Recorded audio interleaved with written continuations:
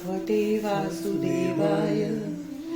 शान्ताकारं भुजगशयनं पद्मनाभं सुरेशं विश्वाधारं गगनसदृशं मेघवर्णं शुभांगं लक्ष्मीकान्तं कमलनयनं योगविद्यानगम्यं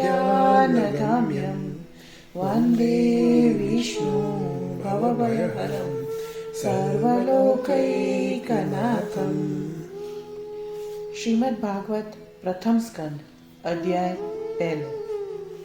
જેનાથી આ જગતની ઉત્પત્તિ, સ્થિતિ અને પ્રલય થાય છે, જે માટી જેમ ઘડામાં કારણરૂપે વ્યાપેલી છે તેમ અને સુવર્ણ કડા કુંડળ વગેરેમાં કારણરૂપે વ્યાપેલું છે, તેમ આકાશ આદિ કાર્યોમાં કારણરૂપે વ્યાપેલા છે, તેમજ આકાશ, પુષ્પ આદિ મિથ્યા કાર્યોથી જુદા છે. વળી જે સર્વજ્ઞ અને સ્વતઃ સિદ્ધ જ્ઞાન સ્વરૂપ છે, જેમને મોટા વિદ્વાનો જેમાં મોહ પામે છે, એવા વેદ આદિ કવિ બ્રહ્માને મનથી ભણાવ્યો. વળી જેમ તેજ, પાણી અને માટીનો અન્યોન્યમાં ભાસ થાય છે, પણ તે કંઈ સત્ય નથી, અર્થાત જેમ સૂર્યના કિરણમાં મૃગજળ દેખાય છે પણ તે સત્ય નથી, માત્ર સૂર્યના કિરણોથી દેખાય છે. જેમ સ્થિર પાણીમાં ભ્રાંતિની કાચની બુદ્ધિ થાય છે પણ તે સત્ય નથી, માત્ર જળથી જ જણાય છે. વળી જેમ કાચમાં ભ્રાંતિથી પાણી દેખાય છે પણ તે સત્ય નથી, માત્ર કાચથી જ જણાય છે, તે જ પ્રમાણે અધિષ્ઠાન સ્વરૂપ તેમના વિશે તમોગુણની પંચભૂત સૃષ્ટિ, રજોગુણથી ઇન્દ્ર સૃષ્ટિ તથા સત્વગુણોથી ઇન્દ્રિયોના અધિષ્ઠાયક દેવોની સ્તુતિ સૃષ્ટિ વસ્તુતઃ મિથ્યા હોવા છતાં પોતાની સત્તાથી જ સત્ય જેવી ભાસે છે. વળી જેમણે પોતાના જ્ઞાનરૂપી તેજથી માયારૂપ કપટ દૂર કર્યું છે અને જે જાગ્રત, સ્વપ્ન અને સુષુપ્તિ ત્રણેય અવસ્થાઓમાં તથા ભૂત, ભવિષ્ય અને વર્તમાન તે ત્રિકાળમાં સત્ય સ્વરૂપે વિદ્યમાન છે, તે સર્વકૃષ્ટ પરમાત્માનું અમે ધ્યાન કરીએ છીએ. શ્રી ભાગવતની સર્વશાસ્ત્રો કરતા શ્રેષ્ઠતા. આ શ્રીમદ ભાગવતમાં પ્રાણી માત્ર ઉપર દયાવાળા અને મત્સરથી રહિત એવા સત્પુરુષોનો કેવળ ઈશ્વરધાન રૂપ નિષ્કામ પરમ ધર્મ વર્ણવ્યો છે. તેમજ જે પરમાર્થ રૂપ જાણવા યોગ્ય પરમ સુખને આપનાર અને આધ્યાત્મિક, આધિભૌતિક અને આધિદૈવિક તાપને દૂર કરનાર છે. આ ત્રણ તાપો છે, જે શારીરિક, માનસિક દુઃખ અને આધ્યાત્મિક તાપ છે. બીજા પ્રાણીઓથી થયેલું દુઃખ તે આધિભૌતિક તાપ છે અને દેવથી થયેલું દુઃખ એ આધિદૈવિક તાપ હોય છે. આવા તાપોને દૂર કરનાર છે તે પરમાત્મા સ્વરૂપ વસ્તુ આ શ્રીમદ ભાગવતમાં વર્ણવેલી છે. વળી આ શ્રીમદ ભાગવત મહામુનિ શ્રી નારાયણ આ ઉપરથી એવું દર્શાવ્યું છે, આ ભાગવતનો કરતા કોઈ સામાન્ય મનુષ્ય નથી, પરંતુ આ એક ઈશ્વરકૃત અપૂર્વ ગ્રંથ છે. શ્રી નારાયણે પોતે સંક્ષેપમાં પ્રથમ કહેલું છે, પાછળથી શ્રી વેદવ્યાસે વિસ્તારથી રચ્યું છે. બીજા શાસ્ત્રો અને તેઓમાં દર્શાવેલા સાધનોથી પરમાત્મા શું છે તે તત્કાળ હૃદયમાં સ્થાપી શકાય નહીં, જ વિલંબ થાય છે. પરંતુ આ શ્રીમદ ભાગવતને સાંભળવા ઈચ્છતા પુણ્યશાળીઓ આ શબ્દથી આ શ્લોકમાં અનુબંધ ચતુષ્ટય કહેલો છે, જે દરેક ગ્રંથમાં કહેવામાં આવેલા છે. તે આ પ્રમાણે અધિકારી, વિષય, પ્રયોજન અને સંબંધ આ 4 અનુબંધ કહેવાય છે. તેમાં અનેક જન્મોમાં કરેલા પુણ્યથી જે મત્સર આદિ દોષથી રહિત અને શુદ્ધ અંતઃકરણવાળો હોય તે પુરુષ આ શ્રીમદ ભાગવતનો અધિકારી છે. શ્રવણ, મનન, નિધિ, ધ્યાન સ્વરૂપ ધર્મ દ્વારા પ્રાપ્ત કરવા યોગ ભગવાનના સ્વરૂપનું વર્ણન કરવું, જીવ અને બ્રહ્મનું ઐક્ય કરવું તે ભાગવત શાસ્ત્રનો વિષય છે. સમગ્ર દુઃખો દૂર થવારૂપ પરમાનંદની પ્રાપ્તિ થવી તે ભાગવત શાસ્ત્રનું પ્રયોજન એટલે કે ફળ છે. ભાગવત શાસ્ત્રનો વિષયની સાથે પ્રતિપાદ્ય ભાવ સંબંધ છે. ભાગવત પ્રતિપાદક છે, વિષય પ્રતિપાદ્ય છે તથા પ્રયોજન એટલે કે મોક્ષની સાથે સાધ્ય ભાવ સંબંધ છે. એટલે ભાગવત સાધન છે અને મોક્ષ સાધ્ય છે. આવા પુણ્યશાળીઓ છે તો તે ક્ષણે જ એટલે કે સાંભળતા જ પરમાત્માને હૃદયમાં સ્થાપી શકે છે. આ શ્લોકનો આશય એ છે કે શ્રીમદ ભાગવત કર્મકાંડ, જ્ઞાનકાંડ, ઉપાસના કાંડનું વર્ણન કરતા સર્વ શાસ્ત્રોથી શ્રેષ્ઠ છે. કેમ કે બીજા શાસ્ત્રોમાં કર્મકાંડ દર્શાવેલો છે તો આમાં નિષ્કામ ધર્મ દર્શાવ્યું છે. બીજે જ્ઞાનકાંડ દર્શાવતા દ્રવ્ય, ગુણ અને કર્મ દર્શાવેલા છે, ત્યારે આમાં કેવળ તાત્વિક વસ્તુ જ દર્શાવી છે. અને ઉપાસના કાંડ દર્શાવતા શાસ્ત્રોથી તત્કાળ ઈશ્વરનો સાક્ષાત્કાર થતો નથી, પણ આનાથી તો તત્કાળ ઈશ્વર દર્શન થાય છે. શ્રીમદ ભાગવત સર્વશાસ્ત્રના ફળરૂપ છે. ભગવાન વેદવ્યાસે કહ્યું, આ શ્રીમદ ભાગવત સર્વ પુરુષાર્થના ઉપાયરૂપી વેદરૂપી કલ્પવૃક્ષનું ફળ છે. તે વૈકુંઠમાં હતું, પરંતુ નારદજીએ લાવીને મને આપ્યું. મેં સુખદેવજીના મુખમાં સ્થાપ્યું અને સુખદેવજીના મુખથી શિષ્ય પ્રશિષ્યાદિ પરંપરા વડે અખંડ પૃથ્વી પર પડ્યું છે. લોકમાં જેમ શુક એટલે કે પોપટના મુખથી પડેલું ફળ અમૃત જેવું સ્વાદિષ્ટ હોય છે, તેમ આ પણ સુખદેવજીના મુખથી નીકળેલું પરમાનંદ સ્વરૂપ અમૃતસારથી ભરપૂર છે. માટે વિષય રસનો વિચાર કરવામાં ચતુર એવા હે રસિક મનુષ્યો, રસરૂપ આ શ્રીમદ ભાગવત રૂપ ફળનું મોક્ષ સુધી વારંવાર પાન કરો. પાનનો સંબંધ અહીંયા દર્શાવે છે કે ફળ કદી પણ પી શકાય નહીં, છતાં અહીં ફળનું જ પાન કરવા કહ્યું છે. તેનો આશય એ છે કે જેમ બીજા ફળમાં છાલ, ગોટલા વગેરે ફેંકી દેવા જેવા ભાગો હોય છે, તેમ આ ફળમાં એવું કાંઈ નથી. આ તો કેવળ રસનું જ બનેલું હોય, કંઈ પણ છોડ્યા વિના આખે આખું પી જવા યોગ્ય છે. એટલું જ નહીં, પરંતુ આ ફળના અમૃત રસનું પાન મોક્ષ થયો હોય તો પણ તજવા યોગ્ય નથી. એટલે કે મુક્ત પુરુષો આ સ્વર્ગાદી સુખોની પેઠે આ ફળના અમૃતનો કદી ત્યાગ કરતા નથી. આ સંબંધી આગળ જતા કહેવાશે કે આત્મરાધ્ય મુનયો નિર્ગંથત્યા આયુષ ક્રમે કુર્વંત હેતુકુ ભક્તિ મિત્ય ભૂત ગુણો હરિ. અર્થાત જે મુનિઓ આત્મામાં જ રમી રહેલા અને પરિગ્રહથી રહિત હોય છે, તેઓ પણ ભાગવતની નિષ્કામ ભક્તિ તો કર્યા જ કરે છે, કેમ કે શ્રી હરિ એવા કોઈ અવર્ણ્ય ગુણોવાળા છે. શ્રીમદ ભાગવતનો પ્રારંભ. નૈમિષાશરણ એટલે કે નૈમિષાશરણ એ શબ્દમાં નૈમિષ અને અરણ્ય એમ છૂટું પડેલું છે. નૈમિષનું મૂળ રૂપ છે નૈમિષ છે. બ્રહ્મદેવે એક મનોમય ચક્ર સર્જીને છોડ્યું અને તેની ધાર જે પ્રદેશમાં બુઠ્ઠી થઈ તે પ્રદેશને નૈમિષ એટલે કે નૈમિષ કહેવાયો. આ સંબંધે વાયુ પુરાણમાં કહ્યું છે કે આ મનોમય ચક્ર સર્જીને હું છોડું છું. જ્યાં આ ચક્રની ધાર બુઠ્ઠી થાય છે તે સ્થળ તપ માટે શ્રેષ્ઠ છે.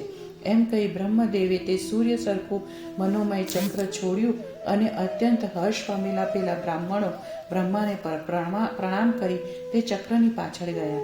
પછી જ્યાં તે ચક્રની ધાર બુઠ્ઠી થઈ તે વન પ્રદેશ નૈમિષારણ્ય એવા નામથી પ્રસિદ્ધ થયો અને મુનિઓએ તે પ્રસિદ્ધને તપ માટે સ્વીકાર્યો.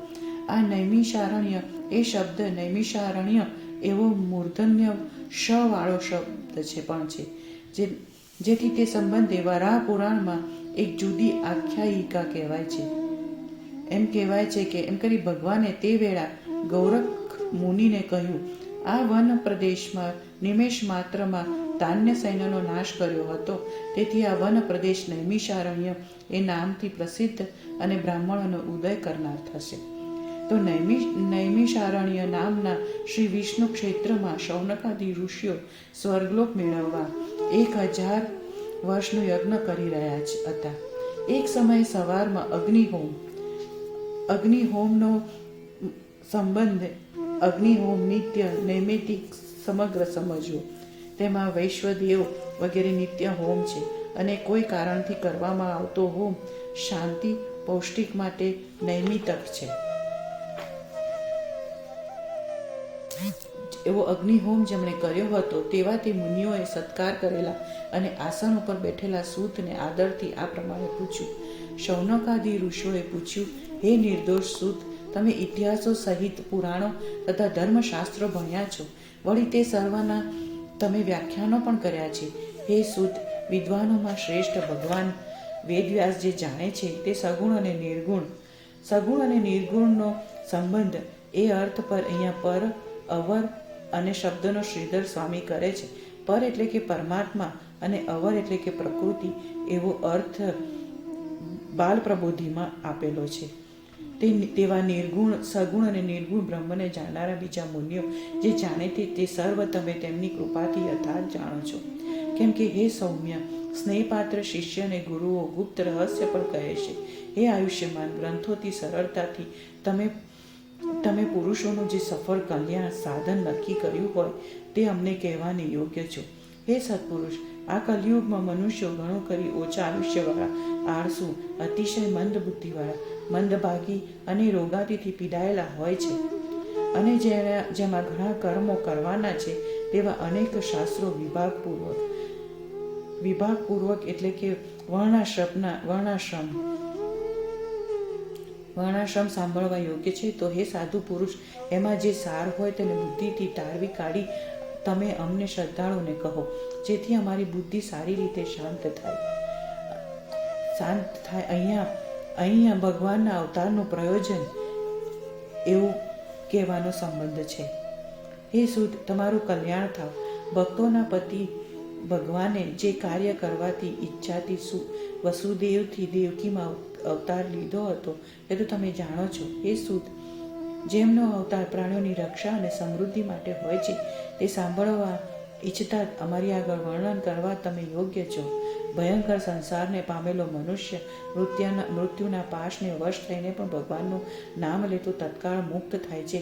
કેમ કે ભય પોતે ભગવાનથી ડરે છે. હે સુદ, ગંગાજળ તો નિત્ય સેવનથી પવિત્ર કરે છે, પરંતુ જેમના ચરણના આશ્રિત શાંતિના સ્થાનરૂપ મુનિઓ માત્ર સમીપમાં રહેવા રૂપ સેવાથી તત્કાળ પવિત્ર કરે છે. કેમ કે તે ભક્તોને ભગવાનનો ચરણ સતત આશ્રય થાય છે અને ગંગા તો ભગવાનના ચરણમાંથી નીકળી છતાં ચરણના સતત આશ્રયવાળી હોતી નથી. તેવા તે ભગવાનનો કલયુગના મેલનો નાશ કરનાર, યશ અને શુદ્ધિથી ઈચ્છાવાળો કોણ ન સાંભળે? બ્રહ્મા, રુદ્ર આદિ મૂર્તિઓને લીલાથી ધારણ કરનારા ભગવાનના નારદાદી ઋષિઓએ ગાયેલા ઉદાર કર્મો એમને શ્રદ્ધાળુઓને તમે કહો. પછી હે બુદ્ધિમાન સુદ, પોતાની માયા વડે સ્વેચ્છાથી લીલાઓ કરતા પરમેશ્વર શ્રી હરિની પવિત્ર અવતાર કથાઓ કહો. ઉત્તમ કીર્તિવાળા શ્રી ભગવાનના પરાક્રમોમાં અમે તો તૃપ્ત થતા જ નથી. કેમ કે તે સાંભળતા રસજ્ઞ પુરુષોને પદે પદે અત્યંત સ્વાદિષ્ટ લાગે છે.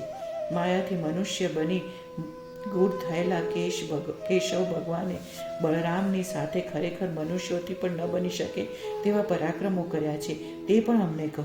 કલયુગને આવેલો જાણી આ વૈષ્ણવ ક્ષેત્રમાં લાંબા યજ્ઞના નિમિત્તે અમે રહ્યા છીએ, જેથી અમે હરિકથામાં અવસરવાળા થયા છીએ. પુરુષોનું સત્વ હરી લેનાર દુસ્તર કલયુગને ગાળવા ઈચ્છતા અમને સમુદ્ર તરવા ઈચ્છનારને ખલાસીની પેઠે વિધાતાએ તમારા દર્શન કરાવ્યા છે. બ્રાહ્મણો તથા વેદોના શરણરૂપ અને ધર્મના રક્ષક યોગીશ્વર શ્રી કૃષ્ણ હમણાં પોતાના સ્વરૂપને પામ્યા છે, ત્યારે ધર્મ કોને શરણે ગયો તે કહો. ઇતિ શ્રીમદ ભાગવત મહાપુરાણ પ્રથમ સ્કંદ વિશે અધ્યાય 1 સમાપ્ત. અધ્યાય 2. શૌનકના 4 પ્રશ્નોના ઉત્તર. વ્યાસે કહ્યું, બ્રાહ્મણોના એ પ્રશ્નોથી અત્યંત હર્ષ પામેલા રોમાહર્ષણ પુત્ર સૂત તેમના વચન અને માન આપીને કહેવા લાગ્યા. સૂતે કહ્યું, પ્રાણી માત્રના હૃદયમાં યોગ બળથી વસેલો તે શ્રી શુકદેવ મુનિને હું પ્રણામ કરું છું. જે ઉપનયન સંસ્કાર માટે આચાર્ય સમીપ ગયા ન હતા, સઘળા કર્મો તેમણે ત્યજ્યા હતા અને સંન્યાસ લઈ વનમાં જતા હતા, ત્યારે વિરહથી વ્યાકુળ થયેલા વેદવ્યાસજીએ હે પુત્ર એમ કહી જેમને દૂરથી બોલાવ્યા એટલે વૃક્ષોએ શુકદેવજી સ્વરૂપે પ્રત્યુત્તર આપ્યો હતો. વળી જેમણે સંસાર રૂપ ગાઢ અંધકારને ઓળંગવા ઈચ્છનાર સંસારી પ્રાણીઓને કૃપા વડે પોતાના અસાધારણ પ્રભાવવાળું સમગ્ર વેદોના સારરૂપ અને આત્મતત્વને સાક્ષાત પ્રકટ કરનારું શ્રીમદ ભાગવત નામનું અદ્વિતીય ગુપ્ત પુરાણ કહ્યું હતું, તે મુનિઓના ગુરુ શ્રી વ્યાસપુત્રને શરણે હું જાઉં છું. ભગવાન નારાયણને, નરોમાં ઉત્તમ નર ભગવાનને, દેવી સરસ્વતી તથા વ્યાસજીને નમસ્કાર કરી સંસારનો જય કરનાર ગ્રંથનો આરંભ કરવો. હે મુનિઓ, તમે શ્રી કૃષ્ણ સંબંધી મને પ્રશ્ન કર્યો તે શ્રેષ્ઠ છે. કેમ કે જે લોકોના મંગળ રૂપ છે અને જેથી અંતરાત્મા અત્યંત પ્રસન્ન થાય છે, પુરુષોનો તે જ પરમ ધર્મ છે કે જેથી શ્રી કૃષ્ણ વિશે ફળ કામના રહિત અને વિઘ્નોથી અડગ ભક્તિ થાય છે. જે ભક્તિ વડે આત્મા અતિ પ્રસન્ન થાય છે. ભગવાન વાસુદેવ વિશે યોજેલો ભક્તિયોગ તત્કાળ વૈરાગ્ય અને શુષ્ક તર્કોથી રહિત ઉપનિષદોના જ્ઞાનને ઉત્પન્ન કરે છે. સારી રીતે આચરેલો ધર્મ ભગવાનની કથાઓમાં જે પ્રીતિ ઉત્પન્ન ન કરે તો તે કેવળ શ્રમરૂપ જ છે. કેમ કે મોક્ષ જ જેનું પ્રયોજન છે તેવા ધર્મનું ધન, સ્ત્રી, પુત્ર ઇત્યાદિ ફળ નથી. તેમજ ધર્મનું જ જેનું પ્રયોજન છે તેવા ધનાદિ અર્થનું ફળ વિષય ભોગ પણ કહ્યું નથી. અને વિષય ભોગરૂપી કામનું ફળ પણ ઇન્દ્રિયોને પ્રસન્ન કરવી તે નથી, પરંતુ જેટલાથી જીવી શકાય તેટલું જ છે. અને જીવનનું ફળ પણ તત્વ જિજ્ઞાસા જ છે. પરંતુ કર્મો દ્વારા સ્વર્ગાદી લોક એ આ લોકોના સુખો પ્રાપ્ત કરવા તે નથી. તત્વજ્ઞાનીઓ અદ્વય જ્ઞાનને તત્વ કહે છે કે જે બ્રહ્મ, પરમાત્મા, ભગવાન એવા નામથી કહેવાય છે. પરમાત્મા રૂપી તે તત્વને શ્રદ્ધાળુ મુનિઓ જ્ઞાન અને વૈરાગ્યથી યુક્ત વેદાંતાદિ શાસ્ત્રોના શ્રવણથી પ્રાપ્ત કરેલી ભક્તિ વડે પોતાનામાં જુએ છે. માટે હે શ્રેષ્ઠ બ્રાહ્મણો, વર્ણાશ્રમના વિભાગપૂર્વક પુરુષોએ સારી રીતે આચરેલા ધર્મનું ફળ શ્રીહરિને સંતોષવા તે જ છે. તે માટે ભક્તોના પતિ ભગવાનનું એકાગ્ર મનથી નિત્ય શ્રવણ, કીર્તન, ધ્યાન અને પૂજન કરવું. જેમના ધ્યાનરૂપી તલવારથી યુક્ત વિવેકીઓ અહંકારના કારણરૂપ કર્મોને કાપી નાખે છે, તે ભગવાનની કથામાં કોણે પ્રીતિ ન કરે? એ બ્રાહ્મણો, પવિત્ર તીર્થો અને શ્રવણની ઈચ્છા થાય અને પછી ભગવાનની કથામાં રુચિ થાય છે. એ રીતે પોતાની કથા સાંભળતા મનુષ્યોના હૃદયમાં પવિત્ર શ્રવણ કીર્તનવાળા અને સજ્જનોનું હિત કરનાર શ્રી કૃષ્ણ ભગવાન વાસ કરી તેમની કામાદી વાસનાઓનો નાશ કરે છે. ભગવાનના ભક્તોની કે ભાગવત શાસ્ત્રની નિત્ય સેવાથી કામાદી વાસનાઓનો રૂપી અમંગળ નાશ પામે છે. ત્યારે પવિત્ર કીર્તિવાળા ભગવાન વિશે નિશ્ચળ ભક્તિ થાય છે.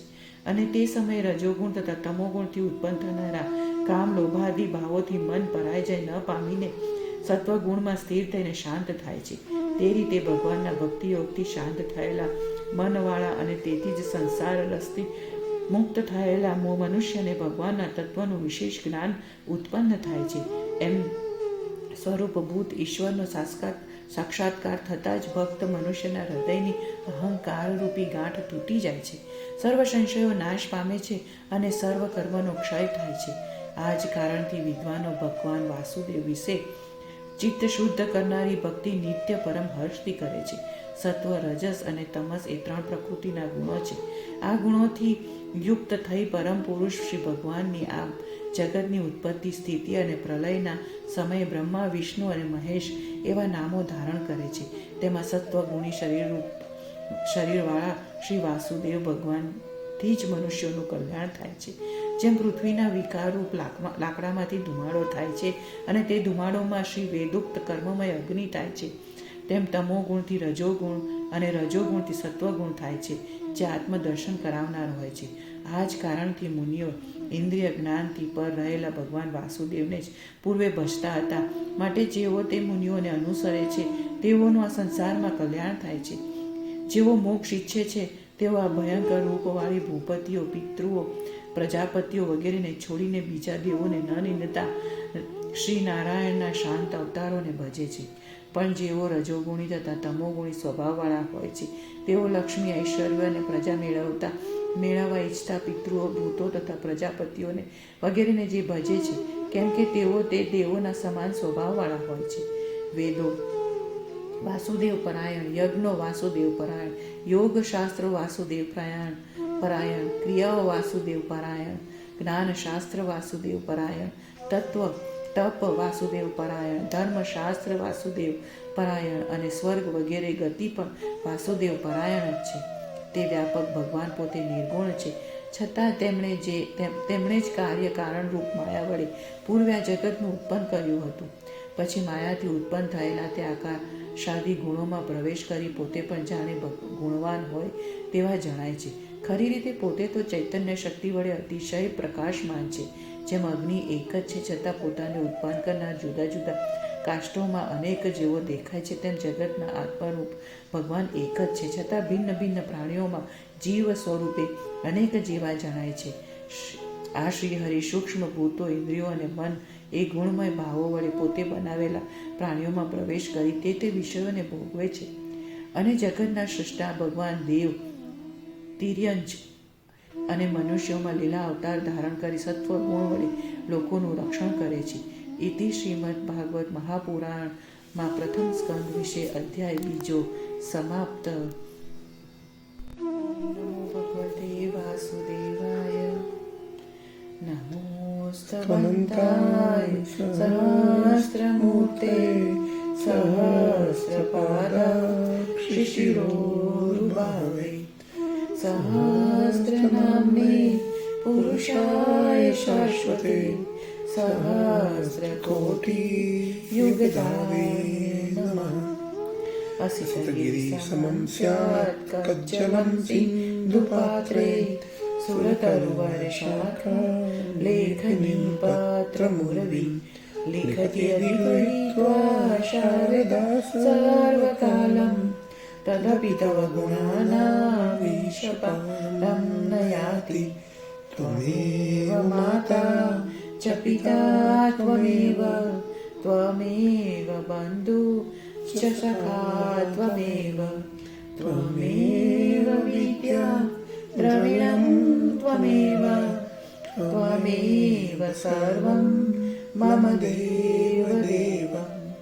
કાયેન વાચા મનસેન્દ્રિયે વા બુદ્ધ્યાત્મના વા પ્રકૃતે સ્વભાવાत् કરોમિ યત્ સકલં પરસ્મૈ નારાયણાય તિ સમર્પયામિ.